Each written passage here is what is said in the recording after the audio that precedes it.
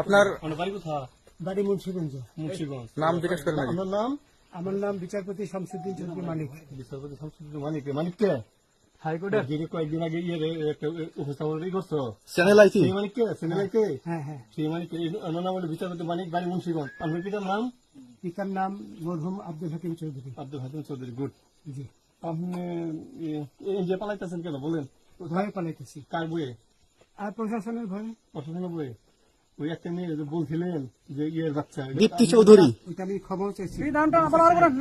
আমি বলি আপনাকে, আমি এই যে দেখাচ্ছি, আমি হ্যাঁ। এই রোগী। কিসের? আমি তো কত রুগী নেই, মিডিয়াতে তো খুব সুন্দর। আচ্ছা আচ্ছা, শোনেন সাইনিস সাহেব, একটু স্লো। আপনার কাছে এই মুহূর্তে এরা যখন ধরছে আমাদের প্রতিনিধি, কি কি ছিল সাথে? দাঁড়ান আমার বলি। সাথে কি কি ছিল এটা বলেন। আমার সাথে ছিল ব্রিটিশ পাসপোর্ট, হ্যাঁ, বাংলা পাসপোর্ট, বাংলা পাসপোর্ট, টাকা টাকা, আর